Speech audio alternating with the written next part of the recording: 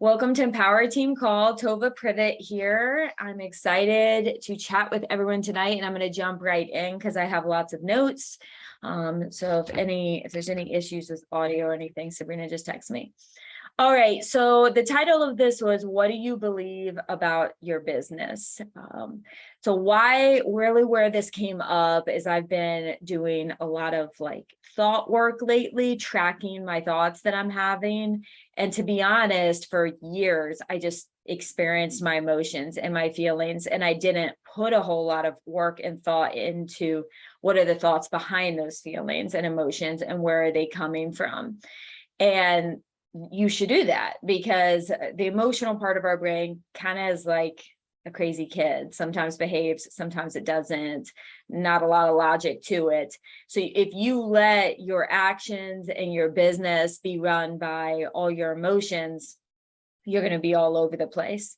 And also a lot of times the behaviors that we're kind of uncomfortable doing or resistant to doing, and we can't quite figure out why. I don't know. I just don't like that. That's not my favorite. That's not my strong suit. Actually, there's usually a thought underneath there, a few layers deep, that if you take the time to look at, why we want to look at them is step one is you need to acknowledge what your actual thoughts are, and then we can rewrite them, which is so cool.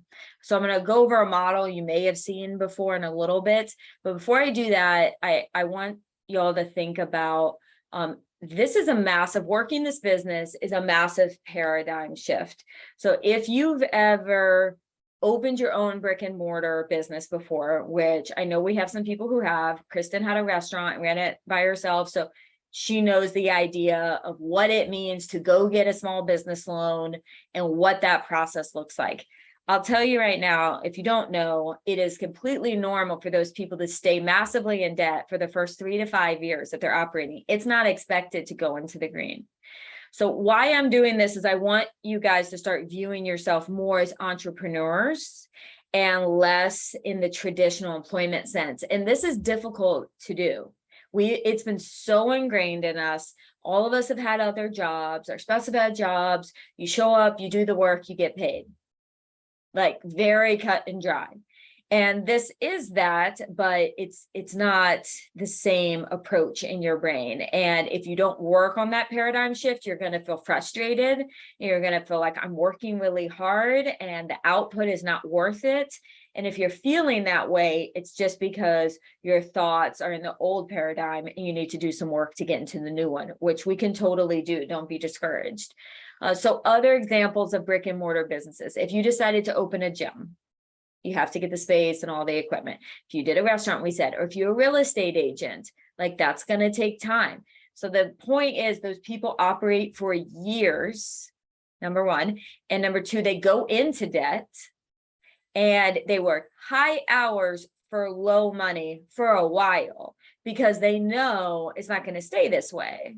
Like I'm putting in lots of work at the beginning, building this massive foundation for what is to come. You guys, this is why we're here. When you're especially below senior Ruby, you are doing your jewel work, okay? You are earning your emerald, sapphire, diamond pay now. Not to say once you make senior Ruby, you don't do anything, but the tasks change and the skill level changes. And I'd venture to say you're busy, but it doesn't usually feel as hard. A lot of like the grunt work and hard work is before senior Ruby. So if it feels like you're working really hard, that's right.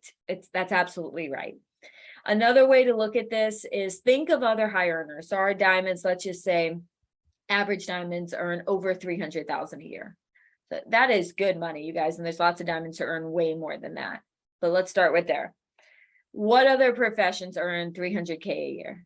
So highly specialized doctors, highly specialized lawyers, people who've done multiple PhDs. So let's think about how many years are those people in school? Anywhere from 8 to 12 years. All right, so a decade, we'll average it out as a decade, and that's all of them.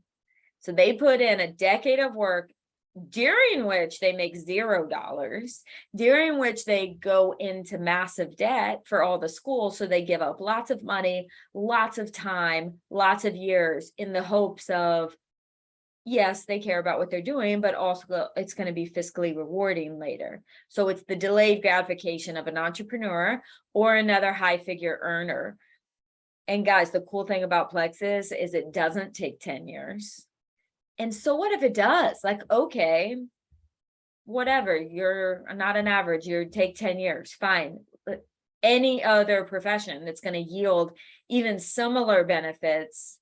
And by the way, those are dollar for hour too. Like if you don't show up and open your gym, you're not making money. If you don't show up and open your restaurant, you're not making money. If you don't show up and see patients, not making money. So not only can we can kind of compare the incomes later, we can't compare the work level, because the further you go, the more freedom and flexibility you get. Not to say you don't have to do anything, but it gets to be done on your terms. And if something crazy happens, like is going on with Natalie, totally out of her control, Natalie can, in essence, forced to take off 2 weeks, and her paycheck is still going to show up. All right. Kristen can tell you during COVID, when the restaurant closed, her paycheck did not show up. Okay. It doesn't matter how much she worked or how much she did, it was closed. And we're not like that. So it is worth it. So your old paradigm, dollar for hours, immediate, very short-term benefit to what I'm doing, that trading back and forth in your brain. You cannot approach the business that way. If you do, you're going to feel like the juice isn't worth the squeeze. I'm just not that good at that. This seems like a lot more work than it's worth. If those thoughts are going through your head, we need to shift over to this is a long-term investment, just like saving for retirement, which, by the way, most of Americans are really bad at doing, because they can't keep the long-term vision of delayed gratification. This business is a form of delayed gratification. So just remember what we're building, why we're building it. It is completely okay that it's hard. It's completely okay that it takes a while. It's worth it, guys. All right.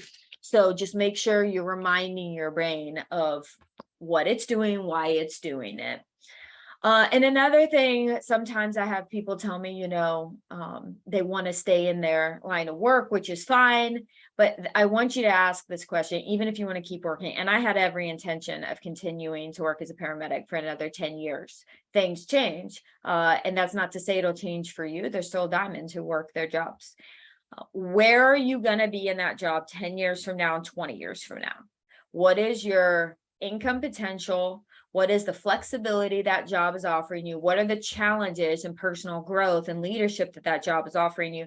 You may have a gem out there, guys, who offers these things. If so, I'd stay put, because pretty much nowhere. And even something as like the beauty industry, we have a lot of people come from the beauty industry and they say, my body's just not going to stand up to this for decades, with the constant using my hands and the constant standing. Something as simple as that paramedic stuff. I mean, the average career is 7 years for a reason. People's bodies give out. We're just not made to do it that long. So think through that. Even if you love your job and I'm making really good money, what's it going to mean in 10 or 20 years? All right. So one thing I just wanted to share, I thought this was cool. My notes. And I love these little things. So I want to show it to you.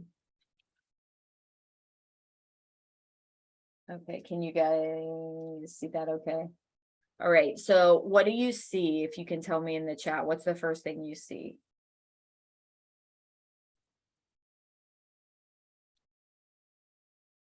Anybody have any guesses? What do you see? Funny. Oh, there you go. Yep. Okay. So this is just a fun thing to show the definition of a paradigm shift. I wanted to tell you too, a paradigm, the definition is a typical pattern of something, a standard, a perspective, a set of ideas. So it's just a set of ideas. There can be a new set of ideas. And it's just a tilt of the head. It's a tiny change in your thought, and it can make all the difference in your business. All right. We're going to get into another one in a second. Am I still screen sharing? I'm sorry, guys. Okay, no, I'm not. So the CTFAR, I'm going to pull up that slide in a second. It's, I don't know if you've heard of that thought model before. Well, it'll be easier if I just show you. Some of you probably have. I've shared it on the team page, and some of you guys, it might be brand new. I am not like a certified life coach or anything. I have just found benefit in this and listening to other coaches walk through it. So I'm going to do the best I can to kind of explain it to you guys, but it's helped me a lot. So we're going to start almost in the middle with common feelings, a few common feelings that you might come across when you're working this business, and why it's important to backtrack it and run down that thought. And then you can see the thoughts lead to feelings, and those are going to affect actions, which means how you work your business, and results, which means what you're doing, if you're growing, if you're maintaining, if your points are going up, if you're making money. So we care about all these things. So let me get into it. Let's say, doesn't matter if you're new to this business or old to this business. Say you have this kind of nagging feeling about, I feel embarrassed about working network marketing, or I feel dumb. I feel like people think I'm dumb for doing this. Like if that's a nagging thought that you're constantly trying to work on or fight when you're about to message people or you're about to post about the business, you're feeling these emotions of maybe being embarrassed, maybe being timid, maybe feeling dumb. So let's think back on that. So embarrassed or dumb, the thought behind that is, I am not smart enough to make a wise business decision. Because if you were smart, if you were really confident in your wise business decision, you would not feel embarrassed or dumb. I was talking over this call with my husband and something clicked. I always relate everything back to medicine, just what I did for so long. But guys, so small little hospitals would call us all the time to come. I did critical care transport to come get their patients because they were in over their head. They didn't know how to manage these 6 patients. So they would call us to please take them away to the bigger ICU. So 70% of the time we'd show up and the patient was being mismanaged and on the wrong medicines and stuff. And I would go in with all confidence in the world and start stopping their medications and starting new medications. And it wasn't that uncommon that the sending physician would be in there yelling at me, fussing at me. What are you doing? You don't know what you're doing. You're going to do this. You're criticizing me, suggesting things. Guys, I didn't care. I knew stuff that staff didn't know. I was trained in it. So I was all very confident in the actions I was taking because I knew certain things and I knew what the results were going to be. And I knew what the results were going to be if we didn't. So you can take that exact same thing and apply it to your business. But you got to think, so what scenario would it take for you to think, I know this is a strong business decision. I know this is a wise business decision, and I'm proud of myself for making that. What would that make you feel like? The follow-on to that would make you feel happy, excited, proud. So if you have those embarrassed, worried feelings, embarrassed, worried, not smart, the follow-on action is going to be you pull back from posting as much. You don't post as brave. Your messages, the wording in them, get a little conservative. I don't want to bother you, but if you're curious, not bold and brave, like, hey, you got to know about this. Like, I have found something. Just your posture in your business, just with changing some thoughts like that. So my posture in the ICU it was not timid. It was not like, I think this is what we should do. I knew what we should do because I'd studied and learned it and knew what to do. So you may have to do that with this business. You may have to get some books about network marketing. You may have to do some research on all the guys, Bill Gates and John Maxwell, and a bunch of the super wealthy guys in the world own network marketing companies, and say if they had it to do over again, that's what they would do.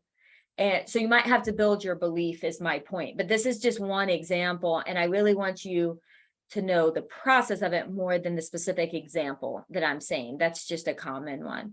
So if I feel proud and happy about my business, what is my action going to be if you're going through? So my feeling is happy and proud because my thought is, I know I make sound business decisions because I've done my research. The action is I'm more bold in my posting. I'm more brave with my reach outs. The result is people join me, people follow me, my points go up, my paycheck goes up. Circumstances is just a fact. It's a neutral fact we all agree on. In this model, it's we work for Plexus. I work for Plexus. So that's kind of an irrelevant. We're kind of, that's a given here.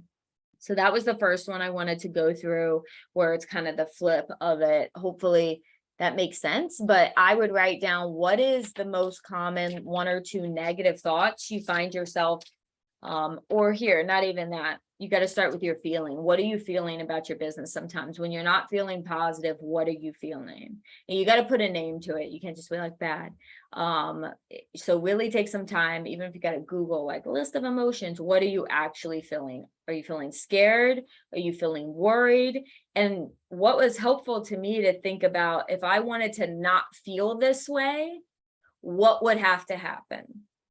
So I feel worried people are going to think I'm dumb. And so how can I prevent that? The flip side to that would be, I know all this stuff that they don't know. And so that can happen with our business. So go through that, and your upline can help you, or I'm happy to help you work through these, because it takes a little practice to get through them more than once. So another one to do about this is, so being happy about your business in general. So if you're feeling happy about your business, a reason you could feel happy and proud about your business. I enjoy helping people feel better, and I enjoy making a difference in their life. So that's my thought. My emotion is I feel happy, I feel proud. And there's, by the way, we've talked before, there's 40,000, 50,000 thoughts that go through our head every day. Every single thought is tied to an emotion, and every single one of them has a CTFAR for itself. So there's like 40, 50,000 of these. So you can do this for every emotion, and it doesn't have to just be your business. You can do it about how you relate to your kids, how you relate to your spouse. But back to the one, if I feel proud and happy about my business, I enjoy helping people and feeling better and making a difference. That's the thought behind it. My posture is going to be more of one where I have to help you, like you're suffering. And if I were to keep this to myself, that would make me a crappy friend. So you're reaching out to more people, you're being more consistent, you're showing up for yourself. And as opposed to feeling nervous and scared, and the thought behind that is people are going to think I'm just trying to get money from them. People are going to think I'm just using them. When you're nervous and scared, people are not going to respect me. So you have to grab that thought, write it down, and you have to shift. What should it be instead? And Sabrina, I'm totally running into your time. So I did warn you. Ask yourself, what are your negative feelings associated with your business? Make a list of those. And then make a list of how would you like to feel about your business? What emotions would you like to feel about your business? List them out. And under each, in a perfect world that we're totally blank, like it was a movie script that you were writing, what scenario would have to happen? What things would have to be in place for you to feel those? And write that out, and you'll start to see a thought pattern, and you're going to start telling yourself that thought. You're going to start saying these thoughts, these bridge thoughts to yourself. And as you're walking yourself through these thoughts, your feelings are going to change, and then your actions, then your results. A lot of times we start with action. Action, action, action. I need to do more. I need to do more. I need to do more. Yes, action is important, but if your feelings and thoughts are jacked up underneath it, the actions aren't going to show good results. So if you feel like you're showing up and doing a lot and not getting any results, there might be something under there that's incongruent, that's not matching up, that you need to dig into. And the last point I wanted to make, and this is kind of a tangent on some of the stuff we've talked about, but whose opinion are you valuing about what you're doing? Why you decided to do this, why you decide to keep going, whether it's network marketing or whether it's health and wellness in general. My biggest question to you is, why is your opinion of what you're doing holding less weight than other people's opinion? What happened in the scenario? And this is going to vary person to person, and family is kind of a messy aside, like that's a whole other thing to get into. But just in general, if I were to reach out to someone and they were to be like, I can't believe you're doing this, like this is so icky, this is so whatever, says something negative to you, and you start feeling bad about it. By the way, which is a totally normal human response, if someone says something mean and criticizing, to not feel good about it. So recognizing like, oh, look, I'm having a very human response to this. But if I'm feeling bad and continue to feel bad about it, that means the thought behind it is, this person is right. I'm not here for the right reasons, and I'm trying to use people. Like, then that's going to change actions and results. And so what you're actually going to do is have a conversation with yourself about, no, I am here for the right reasons. And what does this person have in their background or in their life experience that means their opinion is more important than yours? So back to my ICU example, the reason I could be confident in that, not that I'm smarter than the doctor, better than the doctor, I was trained in those situations to know what to do in those situations. I had tons of data about that situation. Guys, I don't care if it's a lawyer, a doctor, a bachelor's, or whatever. It doesn't matter what their resume is and they're criticizing what you're doing. Unless someone has taken the time to research this business model, specifically Plexus business model, and these products, their opinion doesn't hold weight, okay? And CPAs who think this is great, think this isn't, guess whose opinion holds weight? Yours. And your families, like your spouse who's making these decisions. And sometimes even people have had to pursue this without their spouse's support to show them I am sound in my business decisions. So have more confidence in yourself. And again, write that out. If you feel like other people's opinions are often heavier than yours, outweighing yours, why is that? Write it out. If it's true or not, write it out. And then write out the perfect magic scenario that would have to occur for your opinion to be heavier than theirs. And you might be surprised that there may be action steps you can take to do that, to make yourself feel that way. Well, I need to do some research on these 3 or 4 things, because these 3 or 4 things, if I'm criticized on, make me feel really insecure. Take So out your if I book so have- you can. If I have information to go back at them and share with them, that would make me feel better. And by the way, most of the time when people are going to criticize you like that, it doesn't matter what information you share with them. Not always, but a lot of times they've just decided in their head, and it's telling you a lot about them, not so much about you. So don't take things so personal. I'm trying to think if I went over everything. I think, Sabrina, I don't know if you want to just save your stuff or if you want to try to squeeze anything in. I'll just touch on a couple key points, just because the emotions that Tova was talking about are so critical. And we don't realize a lot of times what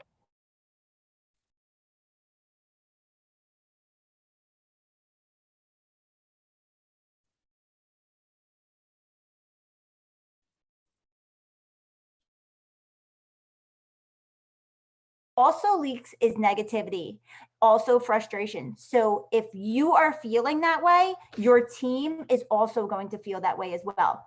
So the example and the definition of what emotional maturity is simply being able to manage your own emotions no matter the circumstance. You can't, if things are going wrong for you, you can't show up on a team call or do like showing your frustration, showing what you're feeling inside. Those are the emotional maturities that you're going to have to get under control and quickly.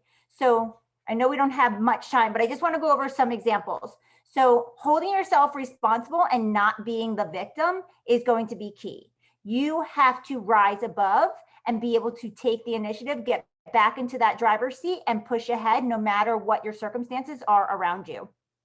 On the flip side of being the victim, don't be entitled either.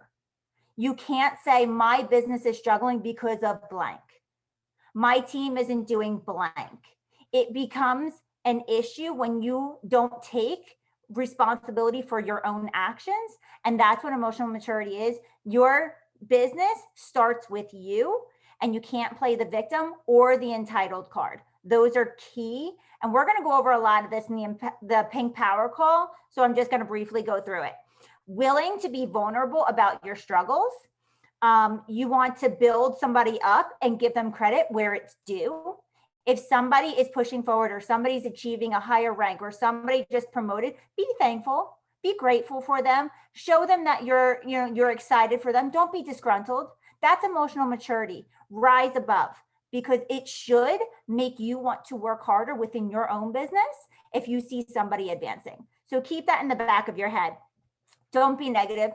Nobody likes to be around a negative person. Nobody likes to be around somebody complaining. Do not vent. If you have to talk about something, go up, don't go down, don't go sideways.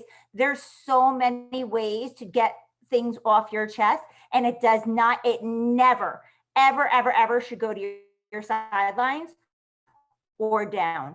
It should always go up. That's being mature about your emotions. How to handle conflict well. And this is something we did at Ruby. I was trying to get it on digits, but I couldn't. But it says, I'm just going to go over this diagram. There's the persecutor, there is the victim, and then there's the rescuer. If you're the persecutor, you are angry, you're aggressive, you're judgmental, bullying, demanding, spiteful. And then that pours onto the victim. So then you have this victim mentality. So then you're going to go to the rescuer and now comfort wherever it's coming from. And then the rescuer is going to be like, oh, I agree with everything you're saying. So-and-so is so wrong. And then what happens is it keeps going in a circle, because then the rescuer becomes the persecutor and the victim stays the same. And then the persecutor becomes the rescuer. So it keeps going in this circle. And that's where the victim mindset, and that's where this ball of emotion comes from. And your culture is destroyed from what you're trying to protect. What you can do in these types of situations, if you have a victim mindset, my team doesn't have a growth mindset. My success depends on me. Victim mindset, my upline won't blank. Growth mindset, my success depends on me. Victim mindset, my day was absolutely horrible. Growth mindset, I faced some challenges today, but I learned some things to make tomorrow better. It's changing the negative into a positive. So just conflict resolution really fast is go to the source one-on-one. If you have anything going on, make sure you address it, ask the questions. Don't sit and see and go to your sidelines or downlines. You want to be able to maturely come to a conclusion and discuss it wholeheartedly. Communicate clearly and respectfully, never assume somebody's intentions, and come with solutions. So I know I was trying to jump into there and get as much as I could done. I know Chris is talking about emotional maturity tonight, and I know she has a ton of great things, but I'll drop this diagram into our team page so you can get an idea of how it goes full circle and how you can stop it before it starts. Awesome, guys. We'll see you on Pink Power.